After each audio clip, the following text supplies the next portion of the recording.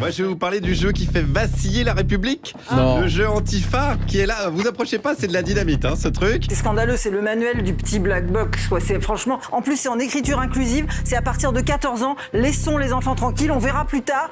Quel microcéphalo-gaucho a eu l'idée de mettre ce jeu indigne en ligne? Qu'est-ce qu'on aurait pensé si on avait fait le Milborn de la rémigration? Est-ce qu'on finira par avoir un jeu un jour qui s'appellera l'État islamique, Action Directe ou Al-Qaïda? N'importe quoi, là. Vous êtes en plein délire. Sous pression de l'extrême droite et d'un syndicat de commissaires de police, l'enseigne Fnac, hier, a décidé de virer le jeu Antifa. Surtout aussi rapidement, c'est-à-dire qu'il y a le message du syndicat de police et bam, derrière ils disent oui, on va faire le nécessaire le plus rapidement possible. Et dans l'heure qui suit, ils ont tout suspendu.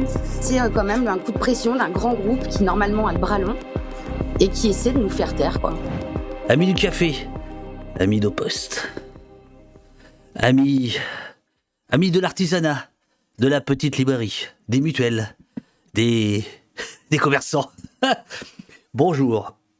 Amis antifascistes, bienvenue. Vous allez voir, c'est une bombe. C'est à peine croyable. Depuis le 10 novembre, sur le site de la Fnac, vous pouviez acheter, je dis pouviez parce que j'utilise l'imparfait. Depuis 16h30 ce dimanche, la page, miraculeusement, elle ne fonctionne plus. Vlati pas que la Fnac censure des copains. Non mais oh.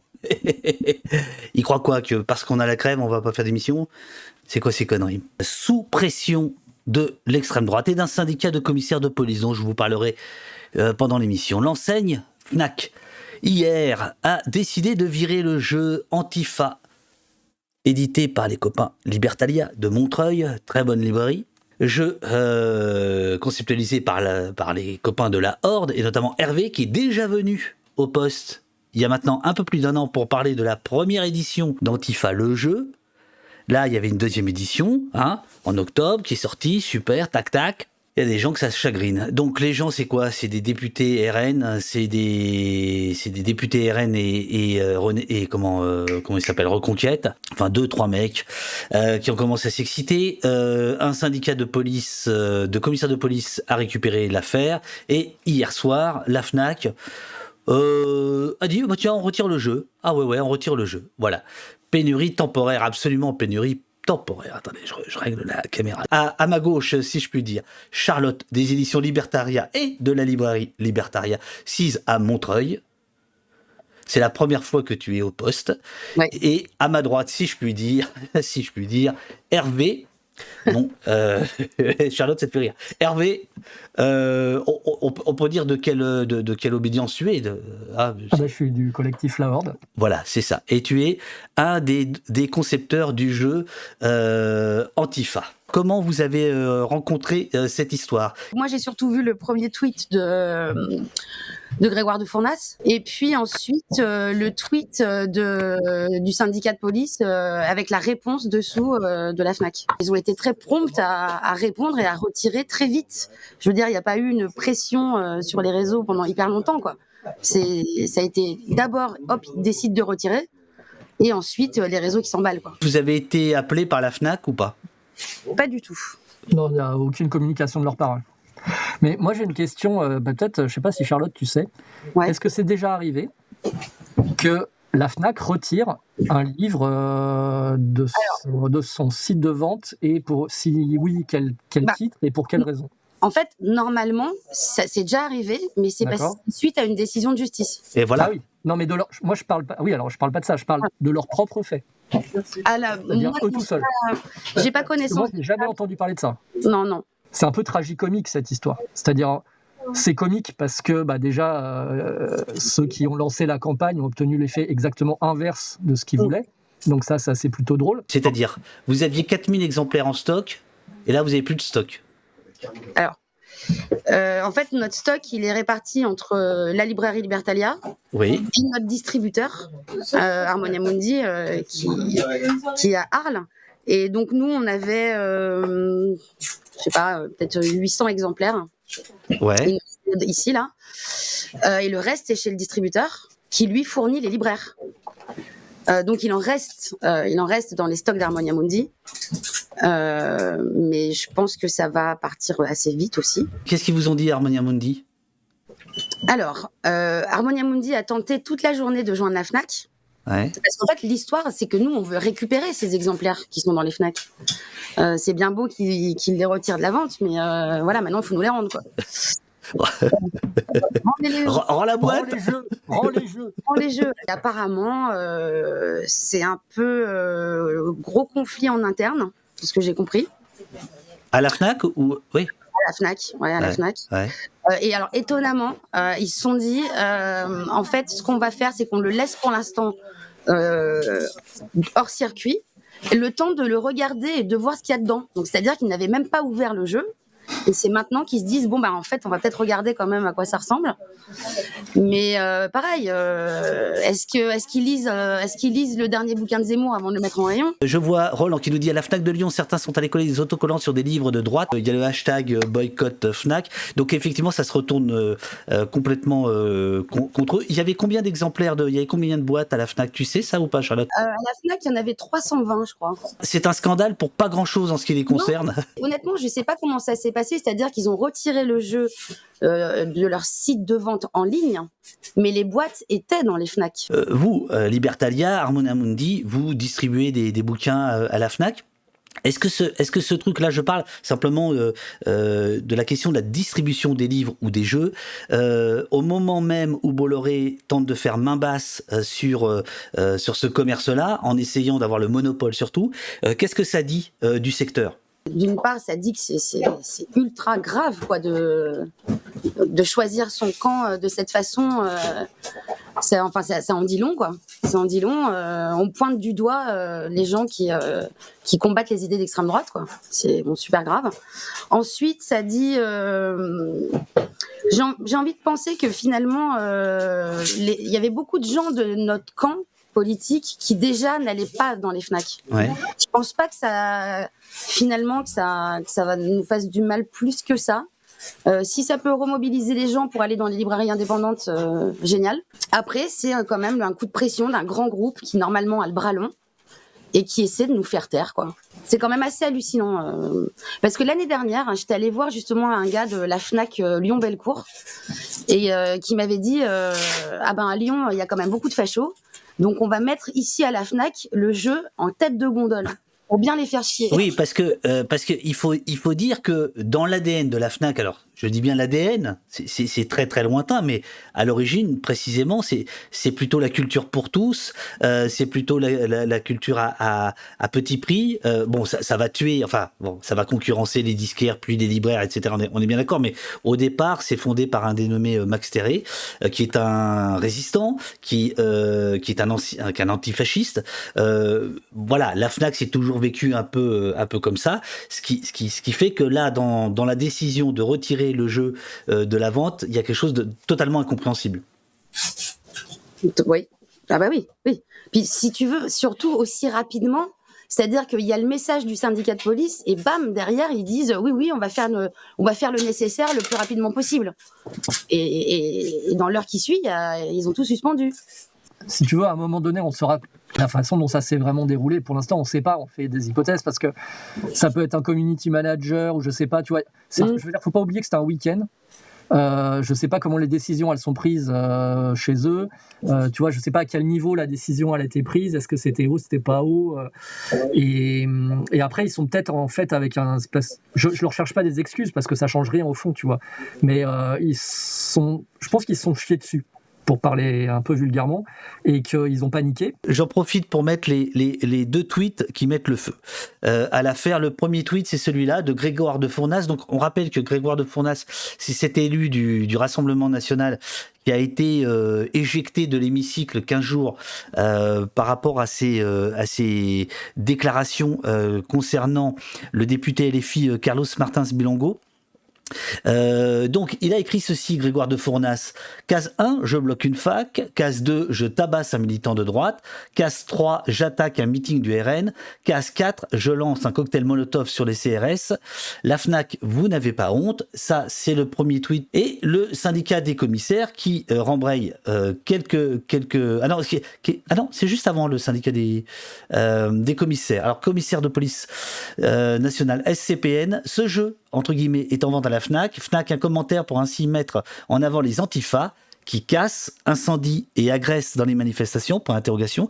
Donc là, Hervé, c'est exactement ce que tu disais, c'est-à-dire que c'est même pas le jeu qui est en jeu, si je puis dire, puisque le député raconte absolument n'importe quoi, les 4 cases n'existent pas dans le jeu qu'il donne, et le syndicat de police dont je parlerai tout à l'heure, lui, en fait, ce qu'il met en cause, c'est les antifas en tant que tels, qui, je répète, selon lui, cassent, incendient et agressent dans les manifestations. Donc c'est ça qui est en fait en jeu. Et là, il y a la Fnac qui dit ces gens-là ont raison, on retire le jeu. Il y a eu aussi CNews qui a joué sa petite chanson. Ils ont repris les vidéos, les tutoriels qu'on avait fait. Donc ils présentent le jeu au début, franchement, d'une façon relativement neutre. Ou encore un polémiste islamophobe fait une séance de dédicace. Manifestations, blocages, actions offensives, les militants vont alors s'organiser, gérer des imprévus comme une descente de fascistes. Et à un moment, il y a un espèce d'insert là, chelou. Tout d'un coup, il y a un secrétaire d'Alliance. C'est plutôt l'école du crime. C'est inviter, c'est inciter des gens, des jeunes de tout âge à devenir des ultra-gauchistes patentés pour s'en prendre aux forces de l'ordre. Et on n'avait vraiment pas besoin de ce genre de jeu. C'est affligeant. Et peut-être faudrait rapidement présenter la Horde. Donc la Horde, c'est un collectif antifasciste, mais qui a la particularité de ne pas avoir d'activité de terrain, en fait. Nous, on est au service des groupes antifascistes qui font vraiment le boulot. Et on leur... Pardon ? On se reprendra sûrement sur d'autres boulots. Non, c'est Nico. C'est Nico qui fait du bruit. Mais c'est peut-être lui les grésillements. Moi, je pense que c'est... Bon. Et Non, c'est toi, Hervé. Mais là, c'est nickel. Vas-y. Et donc, l'idée... et on propose du matériel. Enfin, voilà, on accompagne les groupes et on essaye de donner de la visibilité à ce qu'ils font. C'est ça, notre objectif. Voilà. Ouais. Et on a un volet formation. On fait des formations sur l'extrême droite et aussi sur l'antifascisme. Et on a développé, parce que ça se fait beaucoup en éducation populaire, on a développé un jeu de société, un jeu coopératif de simulation. On dit aux gens, plutôt que vous raconter comme des papilles l'histoire de l'antifascisme, on va vous mettre en situation. Et en vrai, on ne fait pas jouer aux gens à être des antifascistes, on les fait jouer à être des militants. Antifa le jeu, ça pourrait très bien être féministe le jeu, ça pourrait très bien être écologiste le jeu, ça pourrait très bien être antisécuritaire le jeu. En fait, l'objet antifasciste, c'est pas le cœur du jeu. Le cœur du jeu, c'est le militantisme. Et donc nous, ce qu'on voulait déconstruire, c'est cette image d'un antifa un peu primaire qui, en gros, c'est quoi les antifas ? C'est une bande. Quand ils rencontrent une autre bande, ils se tapent dessus, puis ça s'arrête là. Nous, on voulait resituer l'antifascisme dans un contexte politique. Mais il y a quelque chose qui est quand même terrible, c'est la rapidité avec laquelle c'est arrivé. C'est-à-dire qu'il suffit de 2 tweets mensongers repris par une émission Café du commerce pour que justement un commerce qui a vraiment pignon sur rue retire le truc. Et ça, c'est un trait de l'époque. Parce que c'est antifa, parce que... C'est le côté tragique. C'est ça, c'est le côté tragique de l'événement.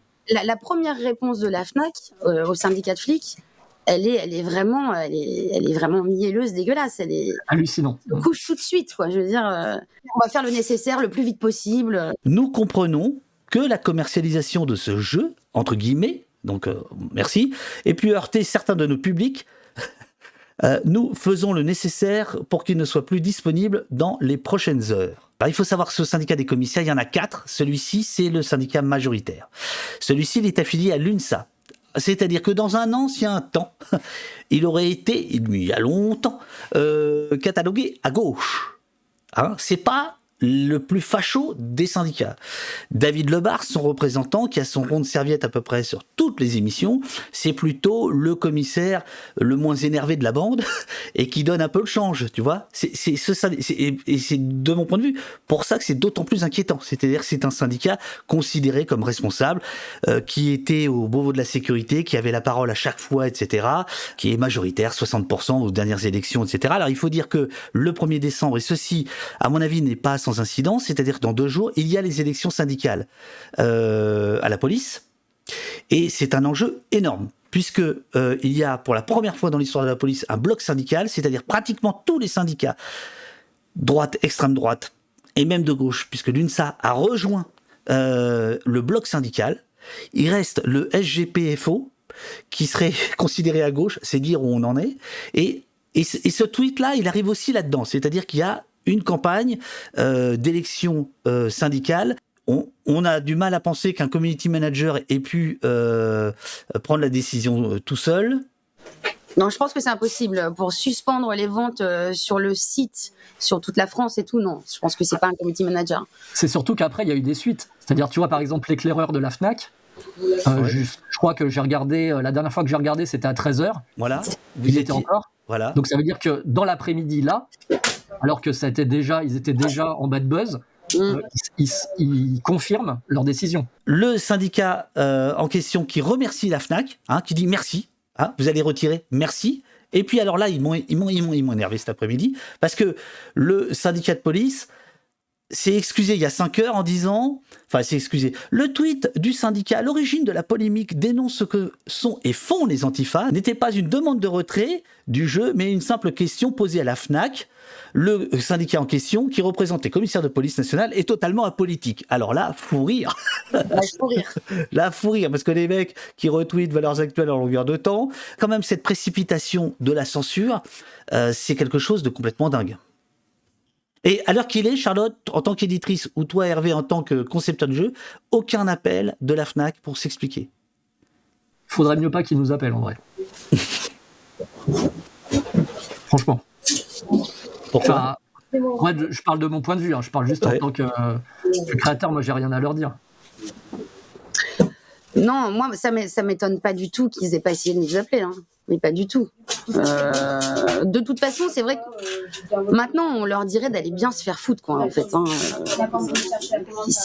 Même s'ils nous disaient bon, le temps de regarder ce qu'il y a dans la boîte, on va le remettre en ligne, voilà.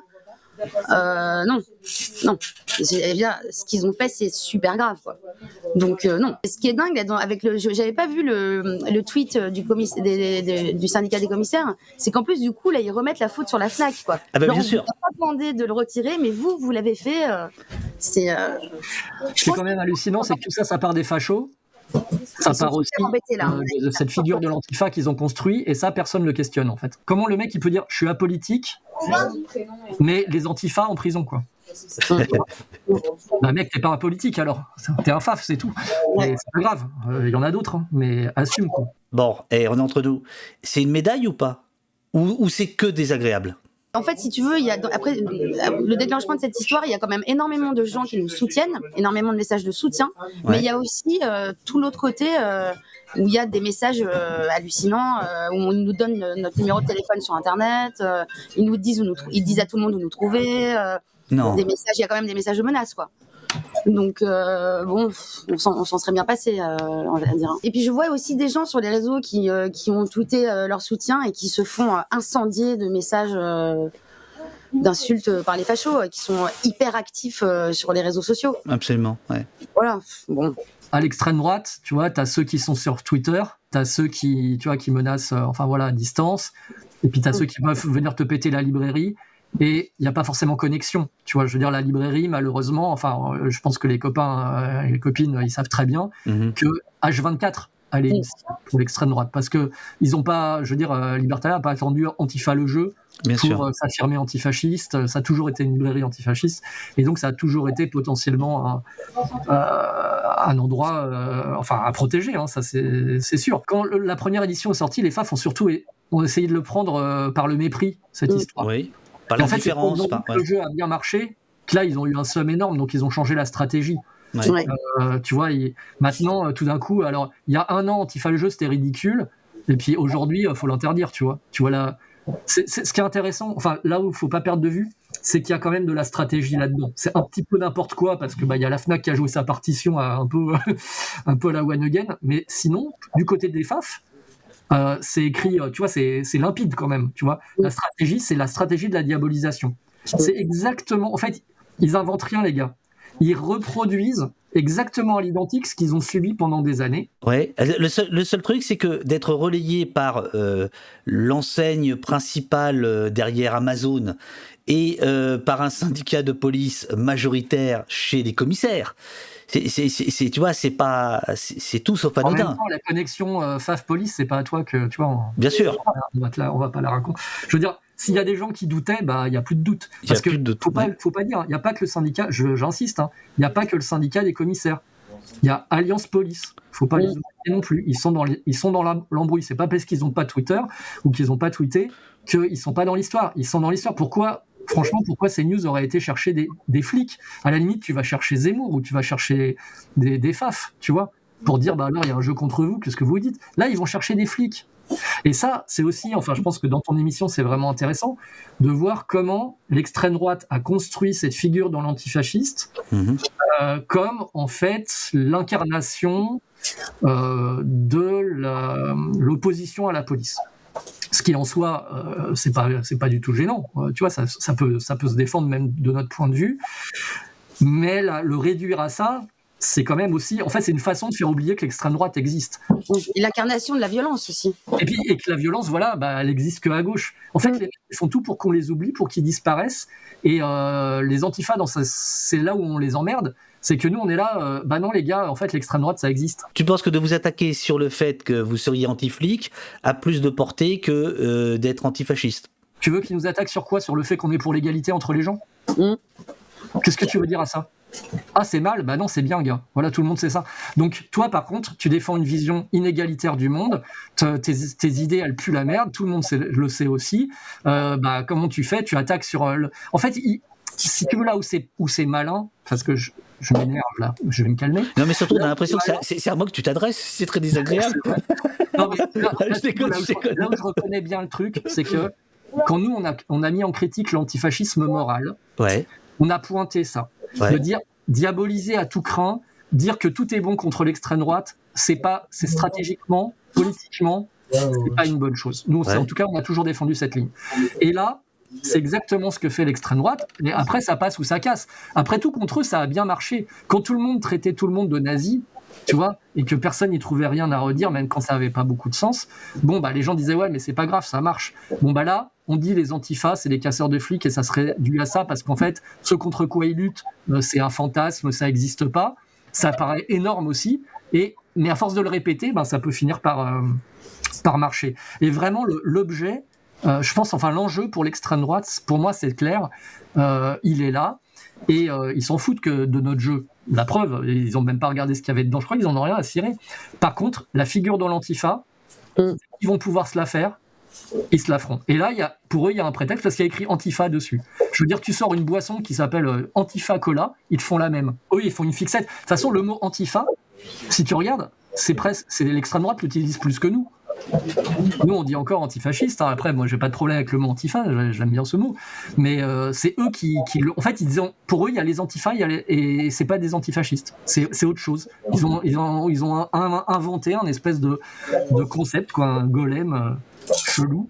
Et dès qu'ils peuvent l'exposer, ils le font. Et les flics, bien sûr, ils sont à fond là-dedans aussi. Avant, on disait Black Bloc, maintenant on dit antifa.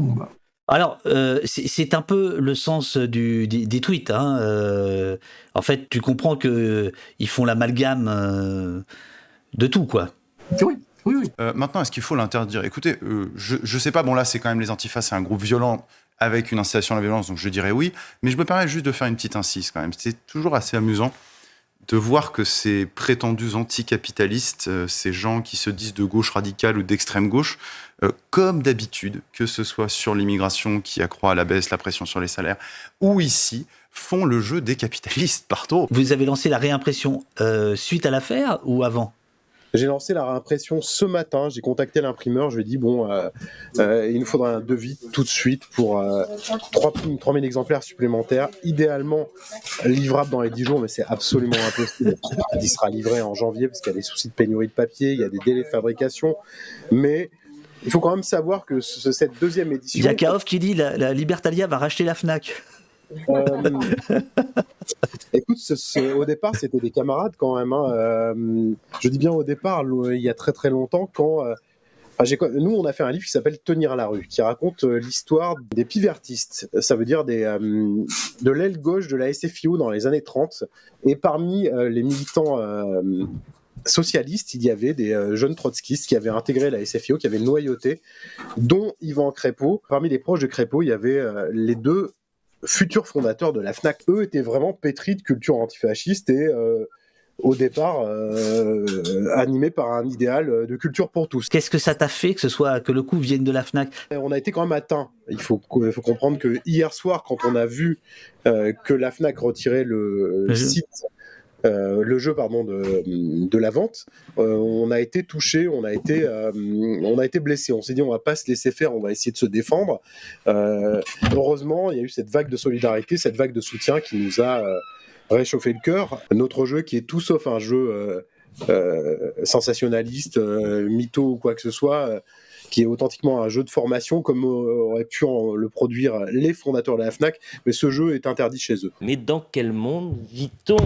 Le truc terrible dont on parlait tout à l'heure avec Hervé, c'est ce que ça dit de l'époque quand même. Ce que ça dit de l'époque, c'est une époque détestable et qu'il est vraiment temps qu'on se défende tous. Leurs avancées sont faites de nos reculs, c'est ce qu'on a toujours dit face à l'extrême droite. Lorsqu'on ne recule plus, ils n'avancent plus. Là, la Fnac nous a attaqués, on s'est défendus toutes et tous collectivement. On va ressortir vainqueur de cette petite manche, mais c'est une manche dérisoire par rapport à la valse brune qui s'organise tout autour de nous à tous les niveaux. Je me suis posé comme Julien la question d'ailleurs d'en acheter un pour voir ce que c'est. Quelle case, est-ce qu'il faut aller mettre un cocktail Molotov dans un local de militants? Est-ce qu'il faut aller bloquer une route, en rupture de stock, agresser des flics, etc. D'accord. Le fait qu'ils aient pas ouvert la boîte, c'est très gênant parce que s'ils avaient ouvert la boîte, ça serait pire en fait, ça serait plus grave dans le sens où on pourrait le comprendre comme vraiment, surtout dans le contexte actuel où tu vois des militants écologistes risquent 10 ans de prison, où il y a la loi sur les squats, etc. Dans ce contexte-là, réussir à empêcher la diffusion d'un jeu qui en fait fait simplement la promotion du militantisme, je dirais de base, c'est ça qui m'inquiète, c'est cette criminalisation de toute forme de résistance. Là, en l'occurrence, antifasciste, mais en vrai, qui pourrait être sur un autre sujet. Bon, mais pour l'instant, je suis pas très très sûr des motivations. Moi, je pencherais plutôt pour l'option que j'ai présentée tout à l'heure, c'est-à-dire haro sur l'antifa, mais en creux. Là, c'est le fait que les flics s'en mêlent. En creux, il y a aussi cette idée de, aujourd'hui, parler de militantisme politique, c'est un problème. Il n'y a plus d'évidence ni de l'antifascisme, ni de l'action politique, et il y a des gens qui travaillent à ça, et qui, là, en l'occurrence, ils se sont ratés, mais ils auraient très bien pu réussir. On note qu'on est soutenu, on est soutenu par toi, on est soutenu. Moi aussi, j'aimerais bien en profiter parce que pareil pour la Horde, on a vraiment reçu plein de messages de soutien et des gens qui étaient, ce qui était sympa aussi, c'était des réactions inquiètes. C'est-à-dire, il y a des gens, ils rigolaient, ils disaient et puis c'était bien aussi.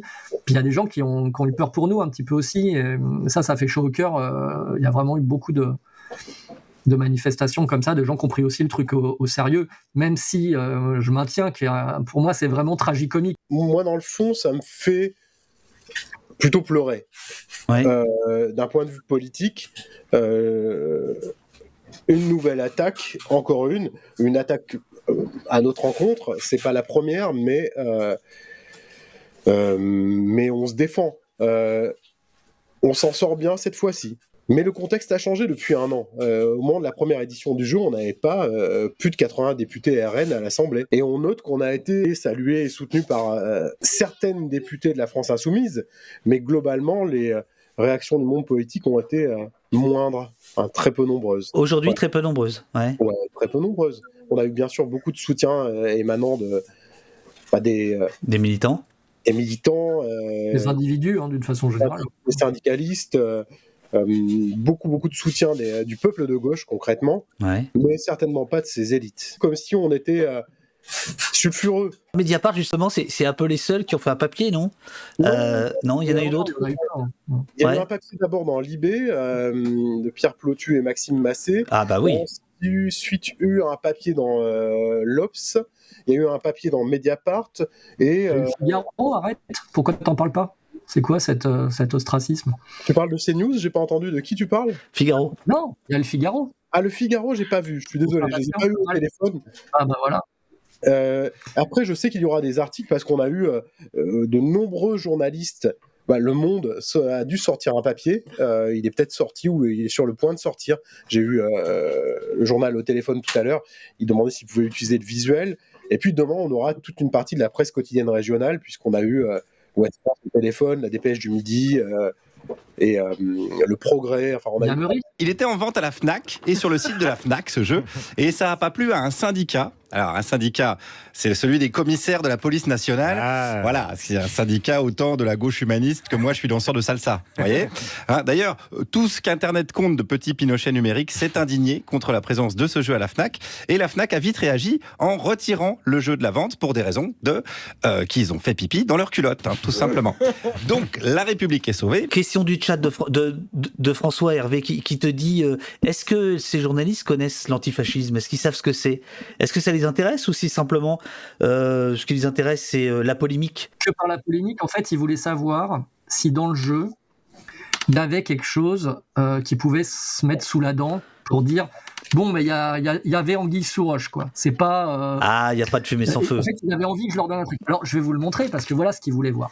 Donc, je vais le montrer à tout le monde. Et là. Vous voulez voir ça ? Oui. Alors, ne bouge pas. Non, regarde. Alors, ça, c'est quoi ? C'est. Ouais. Je vais y arriver. Si j'arrive à le mettre parce que c'est inversé pour moi. Action offensive. Voilà. Alors ça, c'est la carte du jeu qui les intéresse. Parce que action offensive, mais alors qu'est-ce que vous entendez par action offensive ? Voilà. Et donc, je leur explique. Après, je leur ai dit, voilà, on nous parle de... Je vais vous montrer une autre carte parce que c'est une carte que j'aime beaucoup dans le jeu.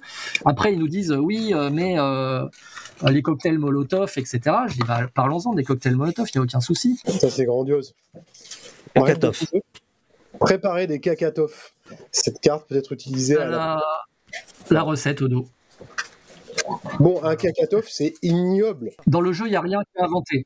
Donc là, par exemple, c'est le kakatov. Alors, on peut pas dire que ça a été inventé, mais ça a été popularisé au Venezuela pendant le mouvement social de 2017. Et c'est tout ce qu'ils auront à se mettre sous la dent en termes de... Voilà. Par contre, il y a aussi la violence de l'extrême droite. Ça, bizarrement, dans le jeu, elle les a pas trop dérangés, mais elle est présente. Peut-être dans quelques années, faire un jeu comme ça tombera sous le coup de la loi. Mais là, faire des rassemblements, faire des manifs, c'est encore autorisé. Donc, il n'y avait pas de raison, quoi.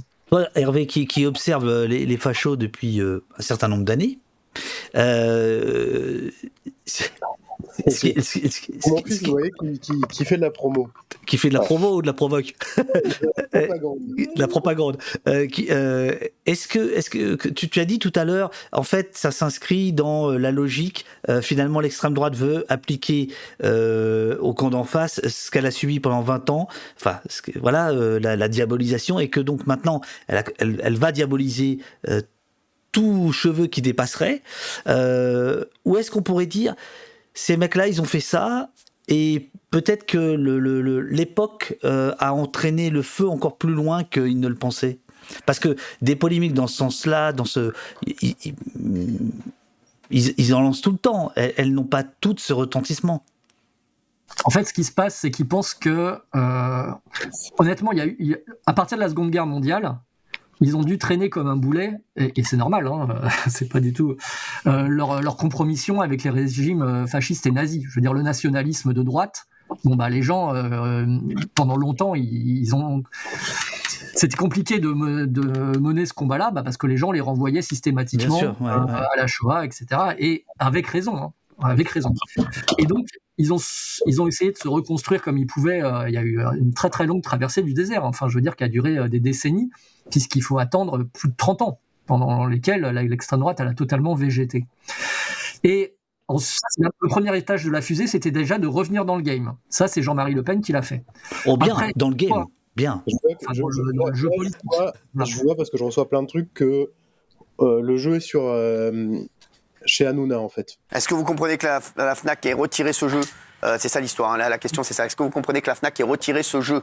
Oui, Daniel. Ah oui, non mais c'est scandaleux, c'est le manuel du petit black box, quoi. Franchement, il y a des cases, il y a des cartes, pardon, c'est un policier a tué quelqu'un, un policier de la BAC a tué quelqu'un dans un quartier parce qu'ils vont jouer au cow-boy. Enfin, c'est ça les cartes. En plus, c'est en écriture inclusive, c'est à partir de 14 ans, laissons les enfants tranquilles, on verra plus tard, ils feront leur choix plus tard. Mais là, c'est scandaleux. C'est quand on croit qu'on a touché le fond qu'en fait, tu comprends qu'il n'y a pas de fond, quoi. Bon. Mais bref. Et donc, juste, je sais pas si je développe, je sais pas si ça intéresse. Si, développe, vas-y. Donc là, d'abord, il fallait revenir. Donc ça, c'est fait. Là, je crois que là, il n'y a plus de doute. Je dirais, ça a duré jusque dans les années 2000. L'extrême droite est vraiment revenu, s'est réinstitutionnalisé et est devenu un acteur incontournable du monde politique. Sauf que ils étaient toujours montrés du doigt, ils étaient quand même ostracisés. C'est même au niveau du milieu institutionnel, c'était le barrage républicain, il fallait le cordon sanitaire et tous ces trucs-là. Et puis à partir de 2002, on est rentré dans une deuxième phase, plus offensive, je dirais, et qui a été pensée, pareil, par exemple des think tanks comme Polémia, etc., de dire maintenant qu'on est là et qu'on ne bougera plus, que c'est fini de croire que l'extrême droite c'est un feu de paille, tout le monde a compris qu'on était là pour longtemps, maintenant il ne s'agit plus juste d'être accepté, il faut gagner. Et donc ils sont passés dans la seconde phase qui est une phase d'offensive, et le meilleur moyen pour s'imposer culturellement, puisque eux ils sont obnubilés par cette espèce de qui est à moitié vrai mais qui est pas non plus totalement faux, d'espèce de mainmise de la gauche sur le monde de la culture et de ce qui doit être repensé, ce qu'ils appellent le politiquement correct, le wokisme, comme tu veux.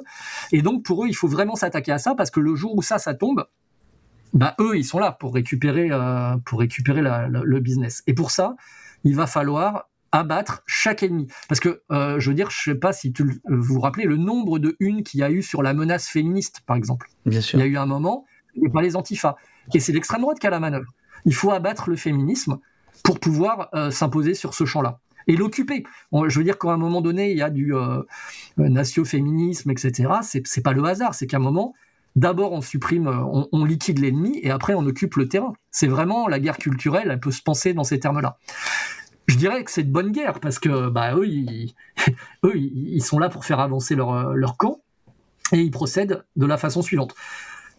Je dirais normal, quoi. Simplement, ce qui est un peu inquiétant, là où je rejoins Nico sur le fait que la période m'inquiète, c'est qu'ils le font impunément. C'est-à-dire ils devraient le faire, et qu'en face, les gens qui ne veulent pas de leur société inégalitaire se lèvent et résistent.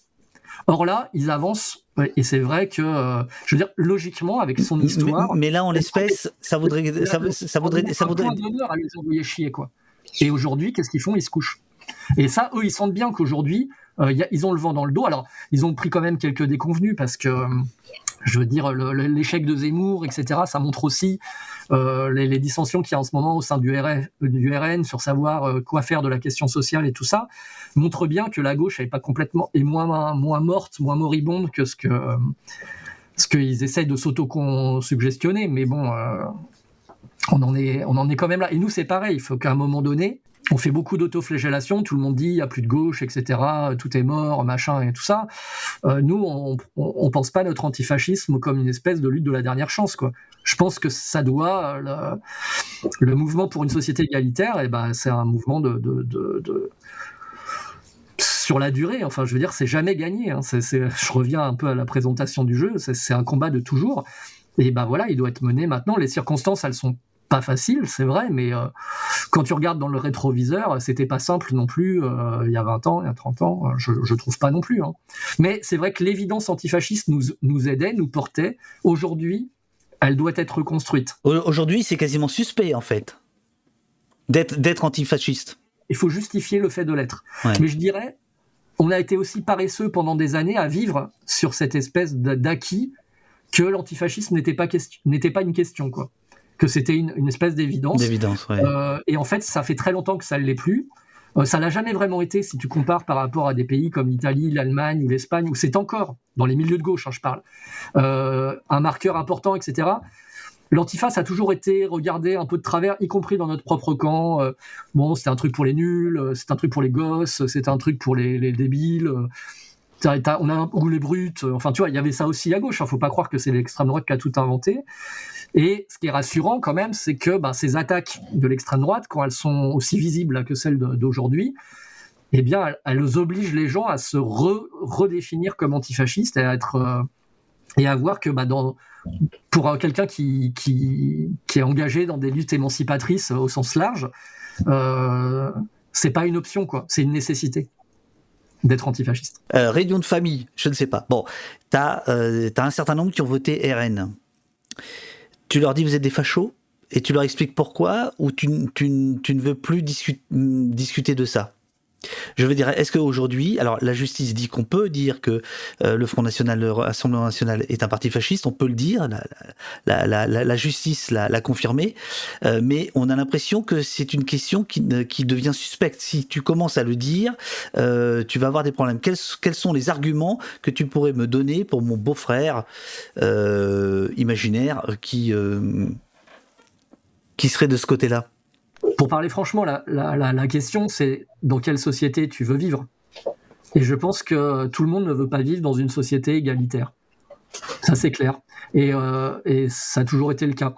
Et que les gens, à un moment, tu vois, le vote, après, c'est encore une autre question. Mais je dirais, quelqu'un qui se reconnaîtrait, ton oncle, ton vieil oncle RN, moi, ma question, c'est pas il vote RN ou il vote Reconquête ou il vote quoi que ce soit. En fait, je m'en fous de ce qu'il vote. Par contre, c'est quelle société, lui, dans quel monde il voudrait vivre, et est-ce que le projet de société que porte le RN, c'est celui qui l'intéresse. Macron, que j'imagine tu ne considères pas comme fasciste, crée une société inégalitaire.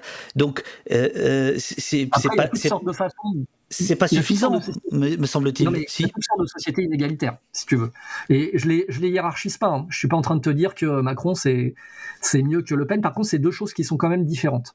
C'est-à-dire que tu vas avoir une inégalité, je dirais, qui est structurelle et qui, tu vois, tu as une machine capitaliste qui produit de l'inégalité. Et puis, tu as de l'autre côté quelque chose, je dirais, plus spirituel, puisque ça se base beaucoup sur des vérités plus que sur des idées, vraiment, enfin une conception de la vérité, qui est de dire les inégalités, le refus du métissage, le fait que chacun, à un moment donné, de par sa naissance, son genre à la naissance, sa nationalité à la naissance, sa couleur de peau à la naissance, est prédestiné à avoir telle ou telle place dans la société, ça, c'est encore autre chose. Alors bien sûr, je dis pas que c'est deux mondes séparés, hein, capitalisme et extrême droite peuvent faire bon ménage, mais c'est quand même pas les mêmes projets de société tout à fait.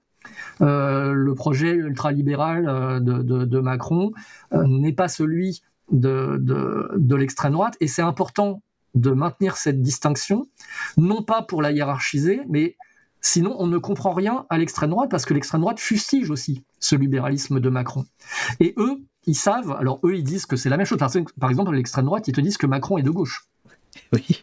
Non mais tu vois, tu rigoles, tu vois. Voilà. Ça, c'est typiquement la réaction d'un gauchiste. Il rigole quand on dit Macron est de gauche.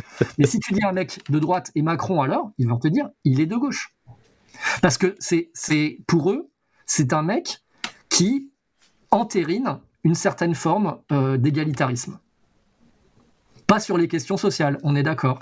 Mais par contre, sur les questions de genre, sur le fait que il continue à faire venir des immigrés et à mettre à mal l'identité de la France et à nous faire disparaître. Tout ça, c'est des choses que les gens croient vraiment, et ils peuvent avoir des raisons de le croire, si tu te mets de leur point de vue. Mais qu'est-ce qu'il y a de plus dur aujourd'hui ? Est-ce que c'est l'évolution de l'extrême droite qui s'est, j'ai horreur de ce terme, mais on va le prendre, dédiabolisé, ou qui a été dédiabolisé, ou est-ce que le plus dur pour toi, en tant que militant antifasciste, est-ce que c'est ça, ou est-ce que c'est le fait qu'aujourd'hui, ils ont des relais absolument partout, et que même à droite, par exemple, ça devient très compliqué de comprendre, tu vois, la différence entre un Bruno Retailleau et une Marine Le Pen, puisqu'il a dit il y a 2 jours que il fallait faire sauter la digue et qu'il n'y ait plus de digue, etc.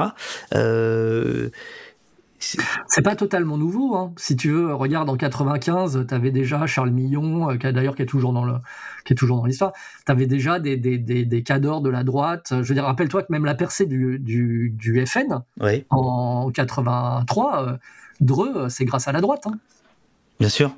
Donc, la droite, elle a toujours... Enfin, droite et extrême droite, c'est à la fois... Si tu veux, je pense qu'il n'y a pas d'intérêt à faire des amalgames, mais on a en France... tu vois, c'est pour ça que nous, on n'utilise pas beaucoup le mot fasciste, même pas du tout en fait. On l'utilise pas pour on dit vraiment extrême droite, parce que pour la France, réellement, l'extrême droite est de droite.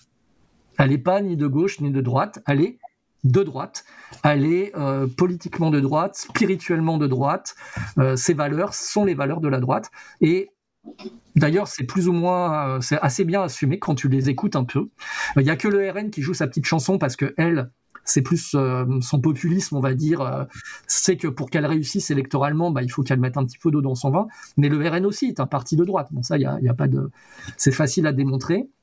Plus d'ailleurs que de démontrer que c'est un parti fasciste, parce que pour nous, personnellement, ça dépend après ce que tu mets derrière ce mot-là, mais ça nous semble pas tout à fait juste comme définition. Voilà. Ouais.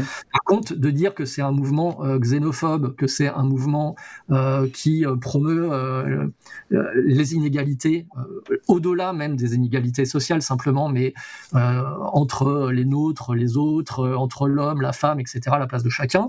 Et puis, comme je l'ai lu dans les commentaires, hein, c'est vrai que je ne l'ai pas dit, mais il faut le rappeler, en essentialisant tout ça, c'est-à-dire que c'est pas juste, à un moment donné, on se choisit un rôle dans la société, non, on s'est posé là dès le départ.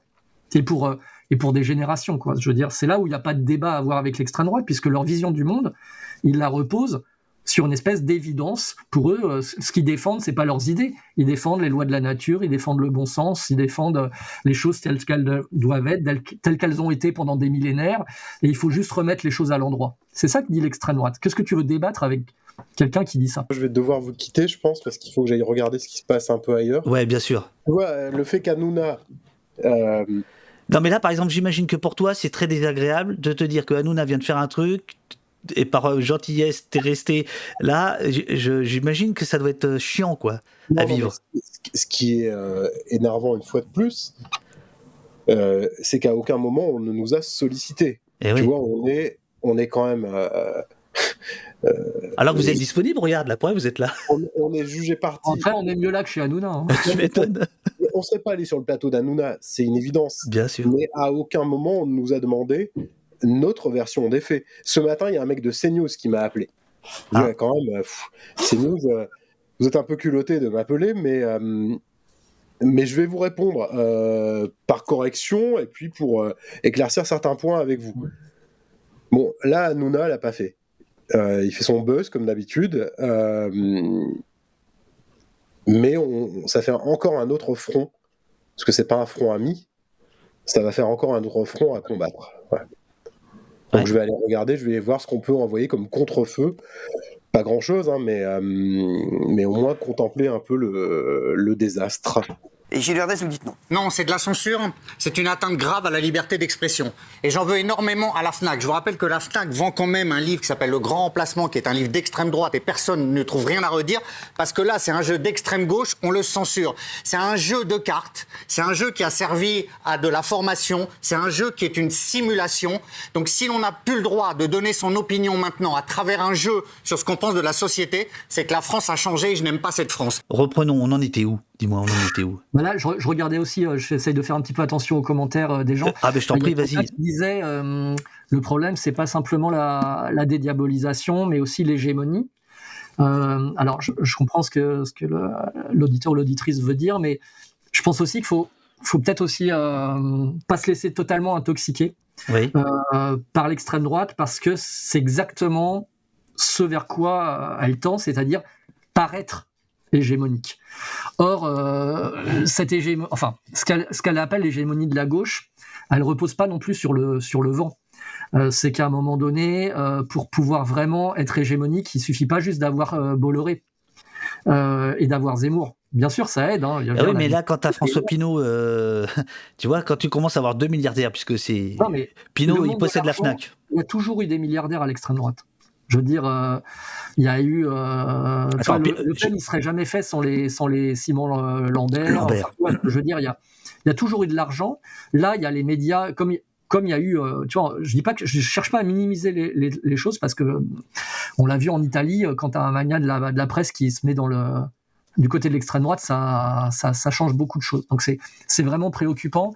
Mais je dirais pas hégémonique pour l'instant. Parce que l'hégémonie, c'est pas juste les moyens que tu peux mettre. C'est pas juste tes finances, c'est pas juste les médias. L'hégémonie, c'est aussi dans la tête des gens. Et je ne pense pas pour l'instant, enfin, il faut pas le penser, même je dirais, sinon c'est un peu dur, de penser que ça y est, c'est mort, et que tous les gens pensent comme... Tous les gens sont à l'extrême droite. Il y a, pour l'extrême droite, quand on les observe en backstage, eux, ils sont complètement désespérés. Ils ont l'impression que le wokisme est partout, que la question du genre est partout, et c'est vrai. En fait, c'est vrai.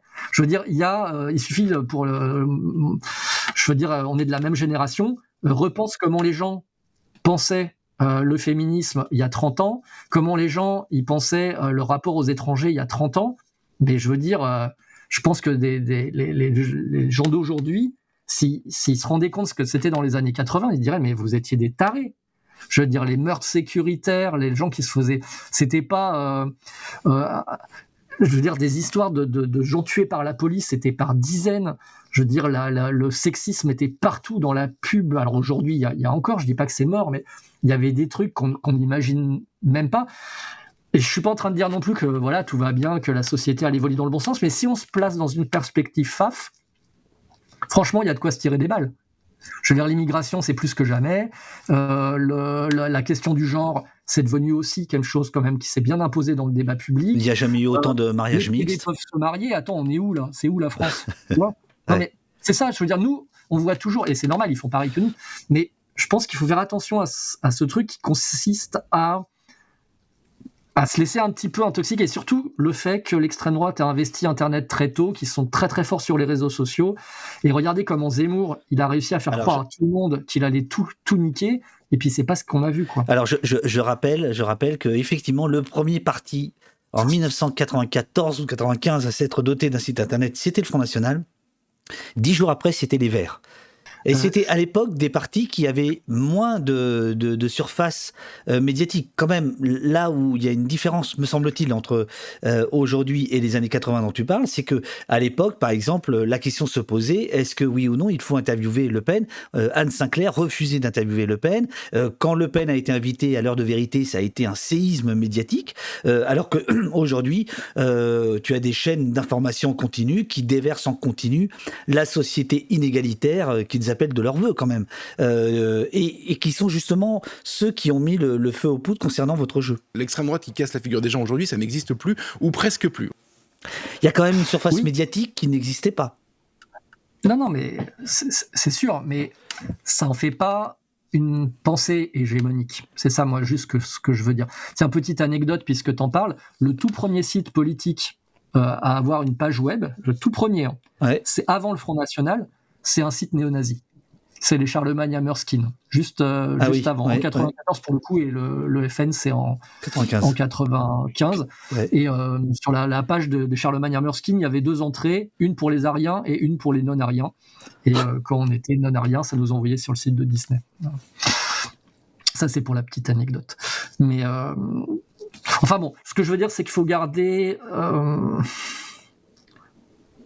Enfin, très vite, on peut avoir l'impression que c'est plié, et je pense que c'est pas du tout plié. Par contre, il y a un combat à mener, et qu'on aurait dû mener plus tôt, en fait. Au lieu de se reposer un petit peu sur ce qui s'est passé dans les années 80-90, enfin, c'est surtout au moment du tournant des années 2000, je pense que là, on a vraiment raté le coche, à la fois en laissant Internet au FAF, et à la fois en ne comprenant pas qu'il y avait une mutation de l'extrême droite. C'est-à-dire, oui, le RN, il a changé. Le RN n'est pas le FN de Jean-Marie, ça c'est vrai.